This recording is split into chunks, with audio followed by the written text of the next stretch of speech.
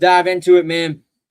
I think you can probably pencil Peyton Williams in as the defensive player of the spring into that starting lineup as a safety. Beside him, Beamer talked about it a few weeks ago at the it was the Charleston kind of garnet and black road trip thing they were doing, and he very much stopped short of saying we have a starter, we have a set starter at that position opposite of Peyton.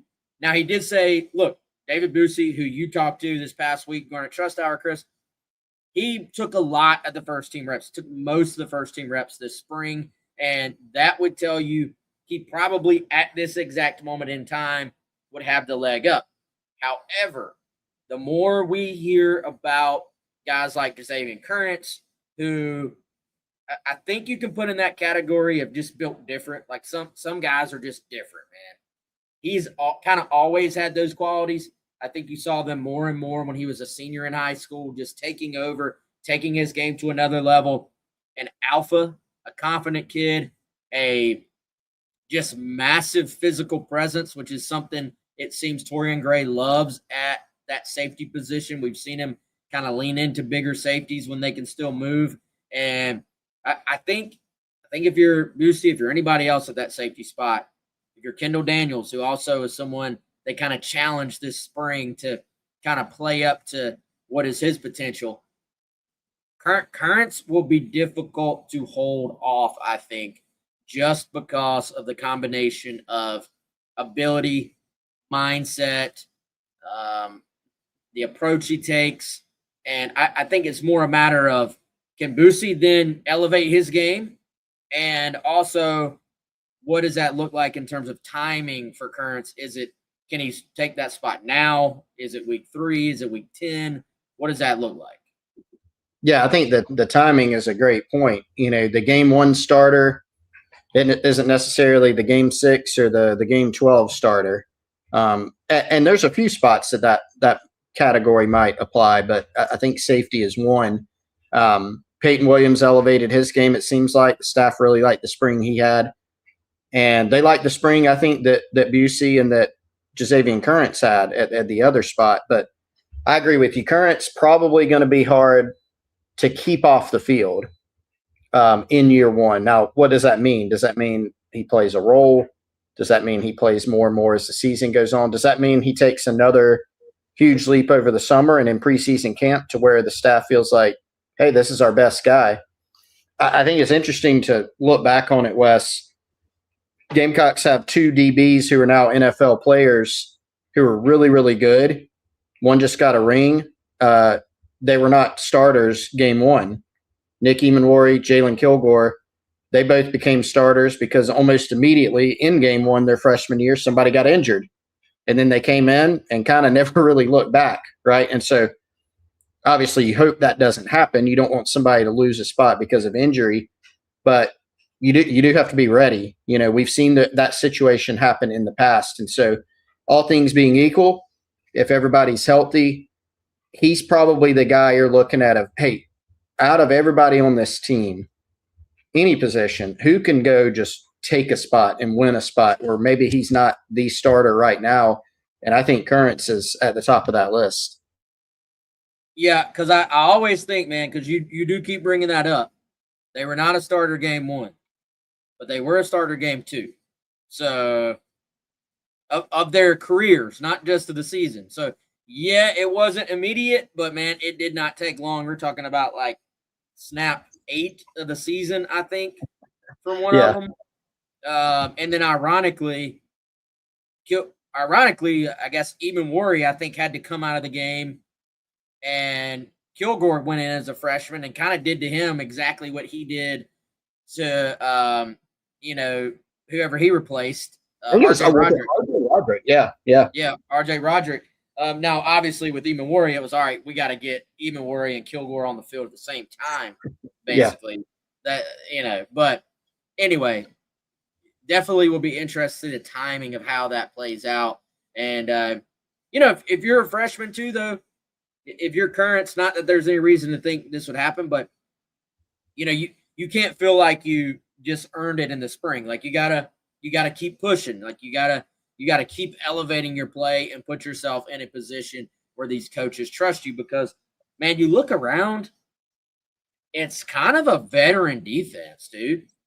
Like, there's a lot of older players that are going to be out there. And so if you're going to go out there as a true freshman, that's a lot on your plate. That's a lot on your shoulders to go out there and know all these intricacies, especially at safety, which, can literally be the last line of defense in terms of making a 20-yard gain for the opponent or a 50-yard touchdown. So, I think that's a factor here.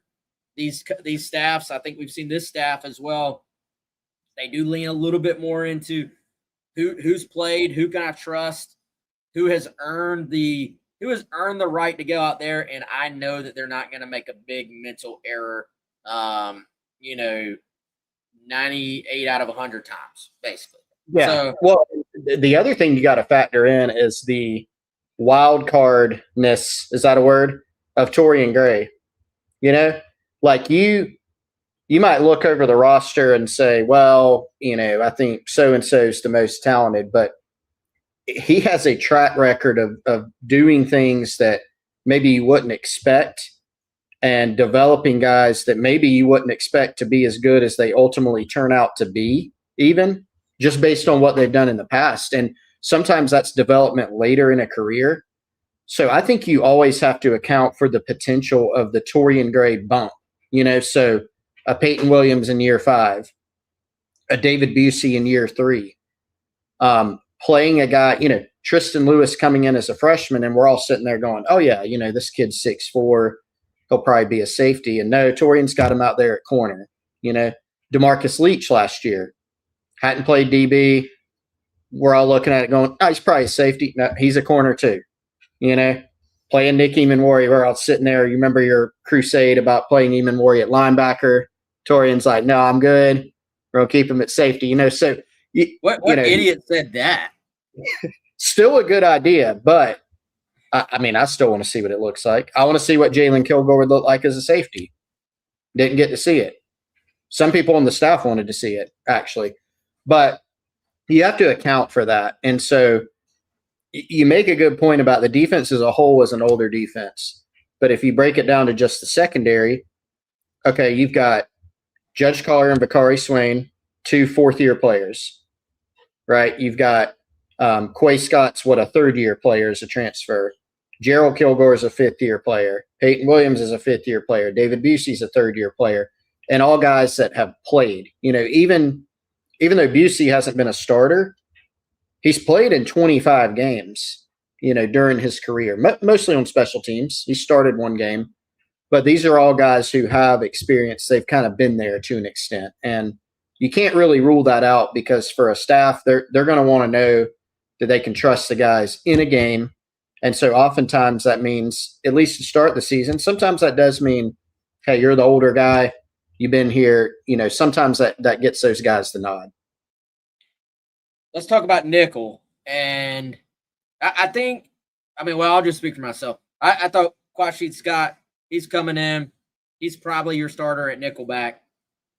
Then you hear, hey, well, Gerald Kilgore has slid over and is playing some more nickel. And then it seems like this spring he played a lot of Nickelback. And, Clayton White, when we had him on, I guess that was the radio on Pro Day, he kind of singled Gerald Kilgore out and was like, hey, this guy's had a really, really good spring and has elevated his game and has put himself in a position to play more. Also, Chris, I think worth having this conversation in the context of Quashid Scott can play safety. Gerald Kilgore can play safety. So if both those guys are among your top 5 players, this has an effect on our conversation we just had at safety. Now, it could just be, hey, we're happy with safety.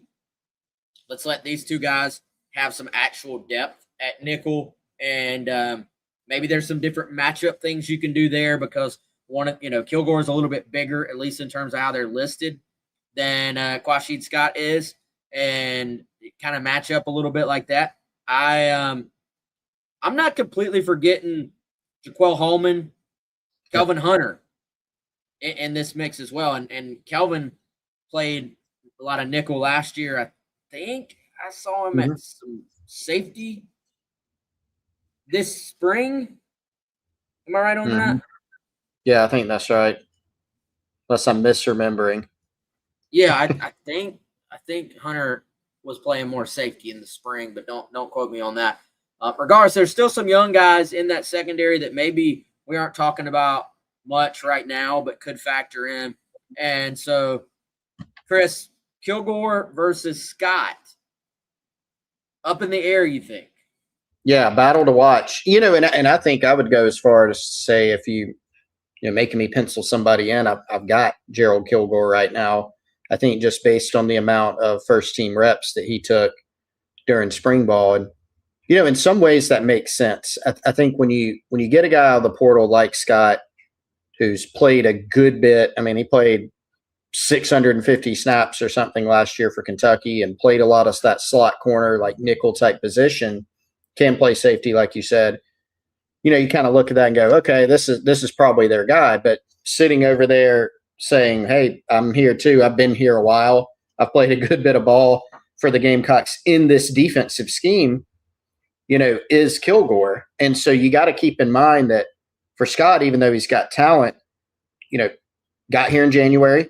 He's a new transfer. He's playing in a scheme that's different than what Kentucky did defensively. He's learning a new scheme, new techniques, new terminology. And Gerald Kilgore's already kind of got that in his back pocket because even though he's played a lot of safety, right? His brother played nickel. He knows nickel. Like he knows the structure of this defense and what Clayton White and Torian Gray want on the back end of the defense. So I think you can't discount him, number one, because of that. But I also think if you just go if you're trying to source this thing from an intel standpoint, there are a lot of first team reps this spring for Kilgore at nickel. So I think that's one where he could end up winning that job. Or maybe Scott or somebody else, but you're probably looking at Scott as kind of the number two possibility. He could end up coming in there and making some waves. And that's why you have summer and preseason camp too, to keep rolling down and seeing what happens. We're pretty set, at least in terms of us, on thinking Judge and Vicari starters at corner, right? Any pushback on that? No, not for me. So it really sounds like DeMarcus Leach for the third spot, for the third corner spot. Like that to me would be not like a shock if someone else just stepped up and won it, but I would categorize that as like it would be a pretty mild surprise for me if not DeMarcus Leach. You look at the fact, you mentioned it, comes in, didn't play defensive back in high school, we think is a safety. Next thing you know, not only is he playing corner, he is on the field in Atlanta in the Mercedes-Benz Arena, and he is playing against Virginia Tech. Like game one, he is on the field. So it really caught my attention in one of the Sunday teleconferences this year where Beamer basically called out, but in a good way, DeMarcus Leach and Kendall Daniels and said, these are two of our guys that we feel like, paraphrasing here, are going to be a couple of the next big kind of stars in the defensive backfield for South Carolina. So I think if Leach is healthy and does everything he needs to do this summer, you look at him, probably that third guy. In this defense, the third guy at corner does play quite a bit. Like typically it's two starters. It's a third guy who rotates kind of among or between both of those spots as opposed to a direct, left corner, right corner, two guys filling in for those two spots. And then you have a fourth corner who does play, but plays more sparingly than obviously the starters and more sparingly than the third guy. So, Chris, we discussed this in one of our pieces with JC as well. Cassie Barnes, it appears, is making life difficult on some of the other corners in terms of possibly being that fourth guy. Obviously, Jalewis Solomon was someone South Carolina with his brief flirtation, we'll say, with the portal. Somebody South Carolina wanted to stay. I mean, it's a 4-star kid, great film, beat out Auburn for him finally, and I thought was a huge get at the time, to be just completely frank.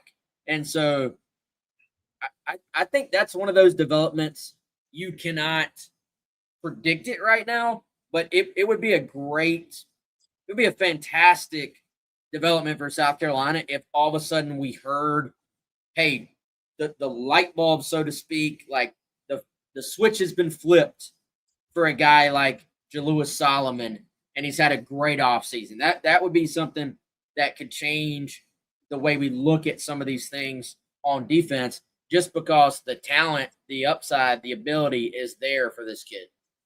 Yeah, and that's something that Beamer has talked about. I think he was asked pretty recently about what are your concerns coming out of spring, and I think maybe the first thing he brought up, certainly one of the things, was depth in the secondary.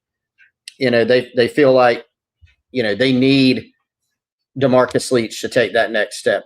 Frankly, I mean, Clayton White went on record publicly and said, we need Judge Carr and Vakari Swain to take the next step. And they're the two projected starters and have played very well at times for the Gamecocks already. But finding, who are the best five in what situation, but also feeling like you've got some additional depth there. And so Leach is one. See what happens with Solomon. I've been impressed by the early returns on Kossie Barnes. I mean, this is a kid that looks like $1 million physically. He's a big corner. He's long. He's put together. He can run. Played some receiver in high school, so he's got the ball skills. He looks like, okay, that's a Torian Gray, corner, which apparently there's no limit to the size that he'll allow for a corner. But Kossie Barnes looks like kind of that prototypical long, 6'2" guy for him. And he's done some really good things early as a true freshman. So we'll see how they've continued to progress, throughout summer and preseason, and where all these land in the secondary.